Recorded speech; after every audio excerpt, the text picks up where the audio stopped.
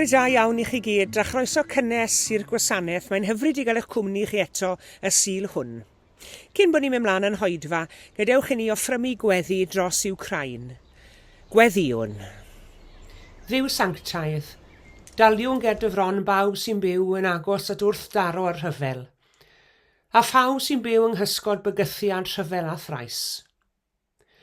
Cofiwn yn arbennig am bobl Wcrain a Rwsia. Gweddiwn am ddatrysiad di-drais a heddychlon i'r gwrthdaro. Rwy'n i galonau croesawgar i gynnig lloches. Madda i ni'n casineb angelyniaeth. Tyn pobl yn ôl at y ddynoliaeth a roes di ni, ac at y cymod ar iachad yr hoddais dy fywyd drostynt. Mae'n dithia bawb sy'n byw dros heddwch a'r lles eraill, a boed i'w gwasanaeth ddwy'n ffrwyth. Yn enw Iesu Grist. Amen.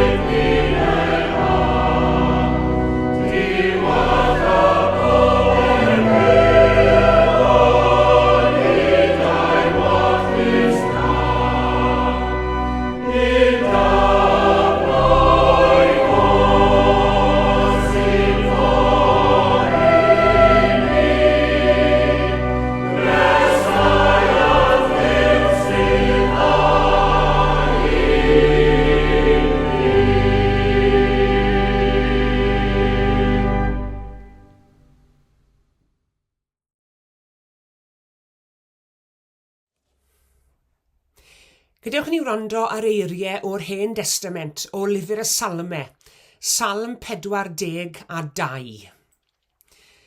Fel y dehea ewig am ddyfroedd rhedegog, felly y dehea fenaid amdana ti o Dduw.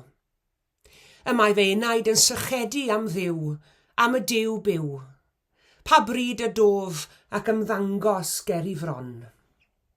Bu fy nagrain fwyd I mi ddydd a nos, pan o fynent I mi drwy'r dydd ple mae dy Dduw.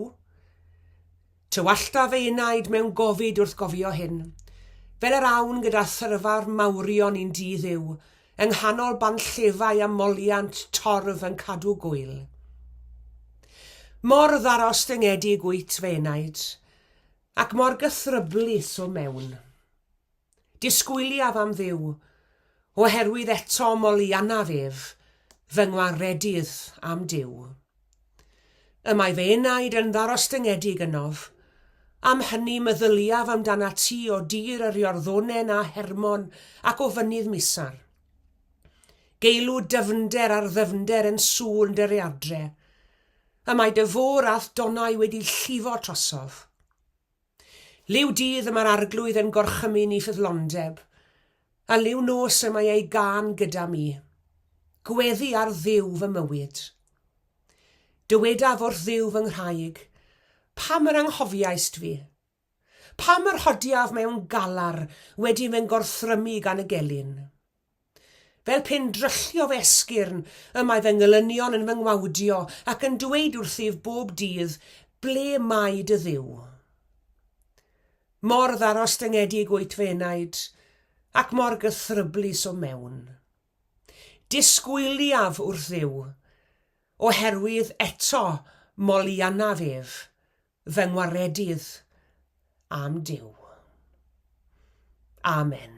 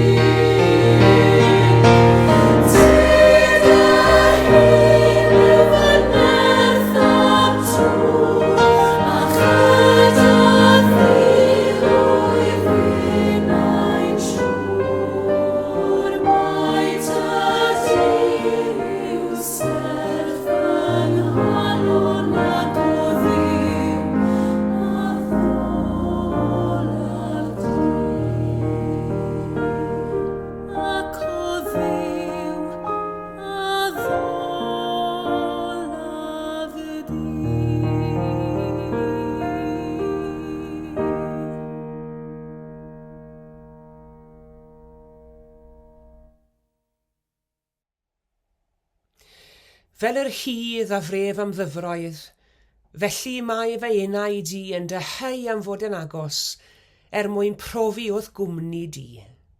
Ti dy hun yw fy nerth am tŵr, a chyda thi rwy fynen siŵr mai ty di yw serch fy nghalon, ac o Dduw a ddolaf di.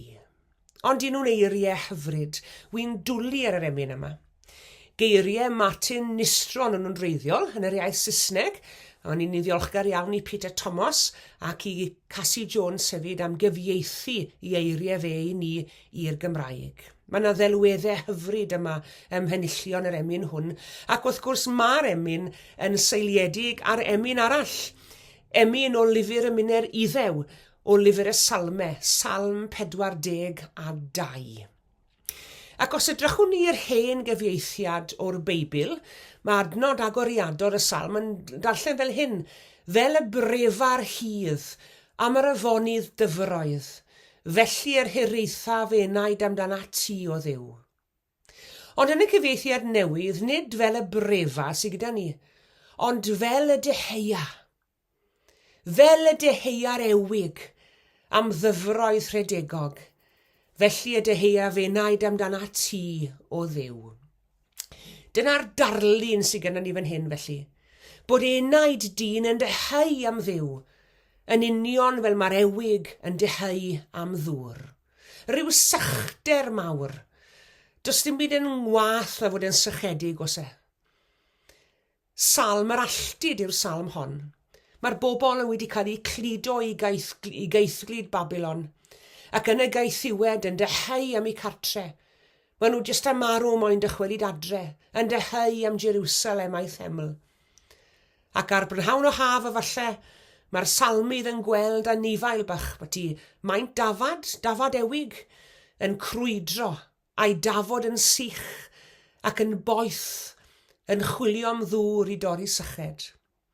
Ac mae'r salmydd yn cymharu y syched yr ewig am ddŵr a'i syched ef, am gymdeithas a Duw, am gymdeithas ar Duw byw. Oedd digon o ddiw eraill i gael y Babylon wrth gwrs, ond oedd dim un ohonyn nhw medru torri sychedau, a diwallu'r deheuad oedd yn ei galon e. Mab y mynydd yw'r salmydd fan hyn, oedd ei cartre yn sgrifennu can am gwmni Duw. Mae syched arno fe am gwmni i dad nifol, syched am Dduw. Mae'n siŵr gen i fod syched ar nifer fawr o bobl am wahanol bethau heddi. I ni gyd yn deheu am ryw bethau yndyn ni. Os oedd y salmydd yn deheu am gwmni Duw, yn sychedu am ei gwmni, am ba bethau ni'n deheu amdanyn nhw tybed.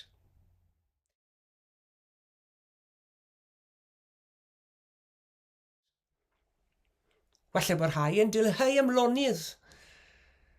Falle bod eraill yn deheu am gyfoeth. Falle bod rhai wedyn yn deheu am boblogrwydd. Mae'r geiniog yn medru denu ni ambell waith yn diwe. Mae'n neis hefyd o bryd i'w gilydd bod rhywun yn dweud ein bod ni'n dda. Ond mewn gwirionedd, ai am lonydd, ai am gyfoeth, ai am boblogrwydd yr ydyn ni yn deheu amdano, ai dyna'n gwir ddymuniad ni. O pan fydd yr haul yn gwenu arno ni, mae'n bosibl y byddwn ni yn deheu am y pethau hynny. Ond nid yn llewyrch yr haul y mae dod o hyd i'n deheuad dyfnaf. Pan fydd stormydd creulon yn ein hamgylch hynny, stormydd afiechyd ac unigrwydd, anobaith, poen a blinder. Pan ddaw stormydd hynny, nid am lonydd, nid am gyfoeth, nid am boblogrwydd i ni'n deheu wedyn. O na, i ni'n deheu yn wir i ni'n llefain am rhywbeth arall.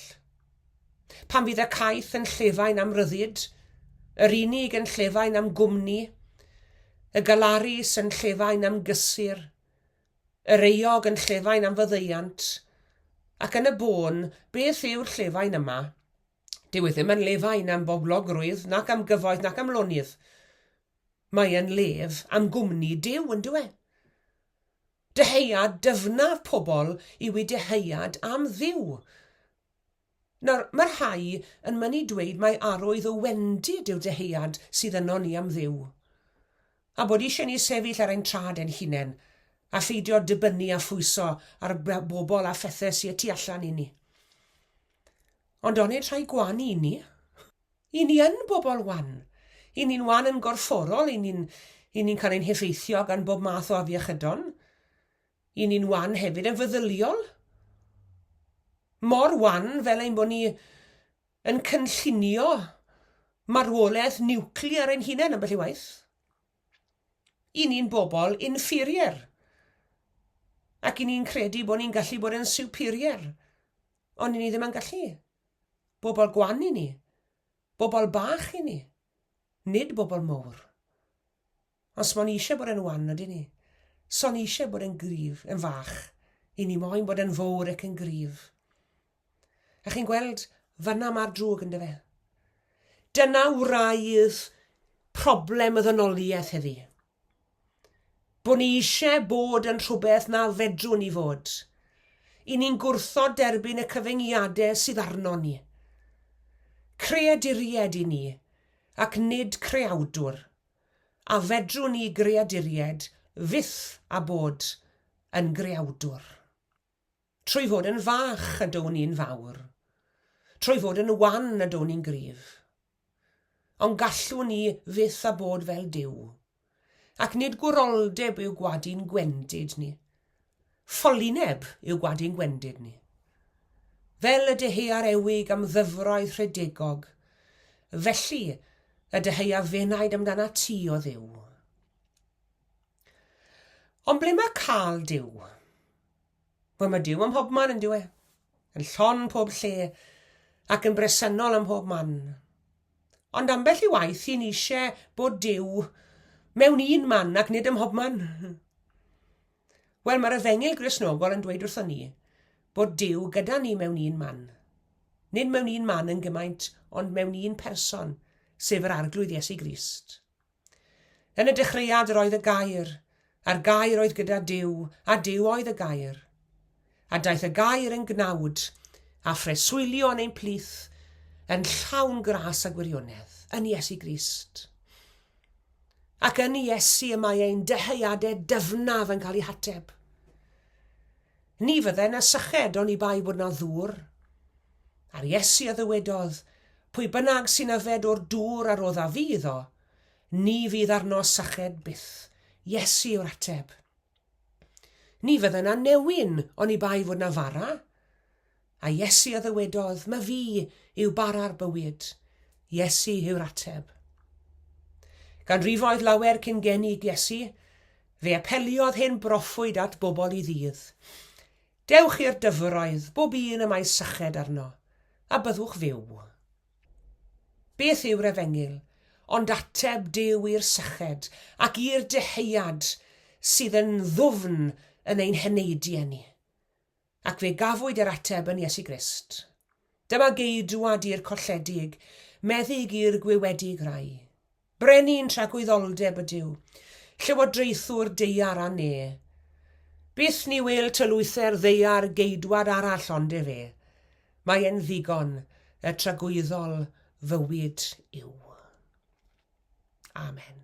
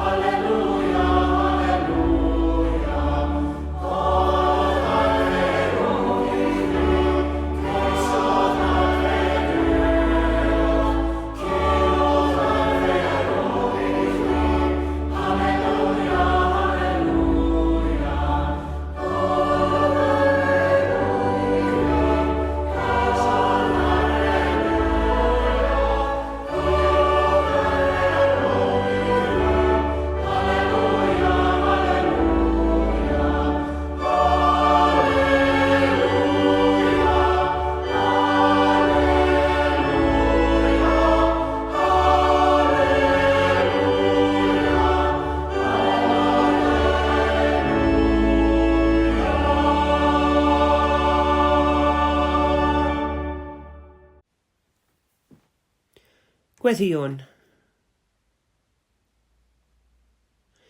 Ein trad yr hwnnwyd yn y nefoedd. Dyma ni'n troi atat mewn gweddi unwaith yn rhagor arglwydd. Yn y sicrwydd y fod tyd Dduw sydd yn gwrando ar ein gweddi ni.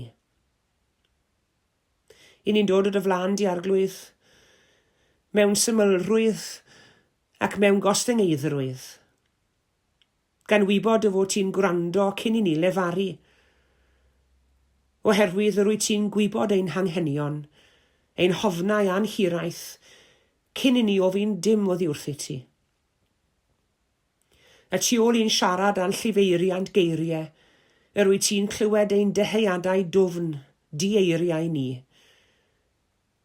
Y tu ôl i'n hunan hyder hiawdl, yr wyt ti'n adnabod ein swildod a'n hansicrwydd. Y tu ôl i'n heiddigedd a'n berniadaeth ni o eraill, yr wyt ti'n clywed ein llef am sylw a gwerthfarogiad. Ond cyflwynwn y pethau hyn i gyd i ti i fyddeiant ac i tharweiniad. Gan ddiolch nad wyt yn glist fyddar i eiriau'n gweddiau, nac yn ddi hyd o'n gwir anghenion, ond yn gwrando, yn deall ac yn derbyn y cyfan, yn dy drigaredd ath gariad di-derfyn. Arglwydd grasol, gwrandawr gweddi, disg ni i wrando arna ti. Y mae gen i ti air i'n calonau, i'n calonogi, i'n dysgu, ac i oleo'r llwybr o'n blaen. Yn Iesu Grist fe ddest i ato ni lefaru gair y bywyd. Rhoi ni glistiau i wrando newyddeb i eiriau ef. Geirio fyddeiant yn ein gollwng o'n beiau a'n pechodau. Geiriau o gariad yn gorchfygu pob argasedd ac ofn sydd yno ni. Geiriau o gymod yn cyfeirio'n traed yn ôl ata ti ac at ein cydddyn. Maddau ni arglwydd ein amherodrwydd i wrando arno ti ac i ddysgu oddi wrthyt. Mor fythol newydd a grymus da i'r di, fe eithon ni'n fyddo ar yw herau alwad.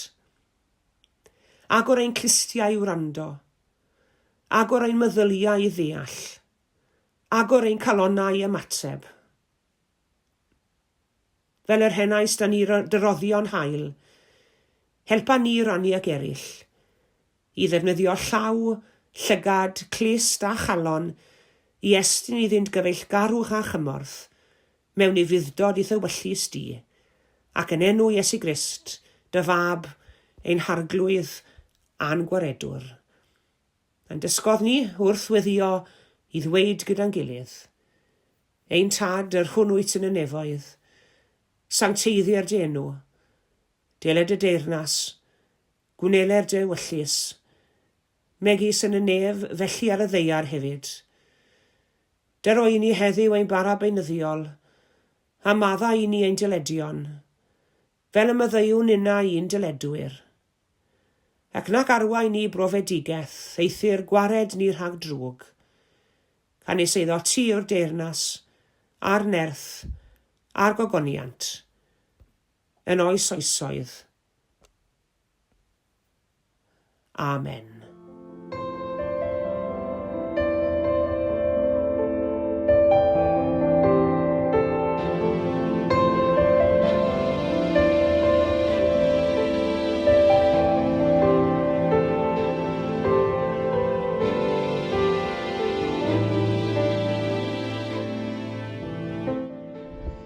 Diolch yn fawr iawn i chi gyd am eich cwmni yn yr oedfa heddi.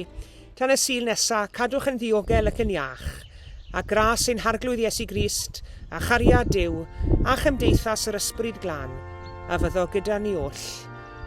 Amen.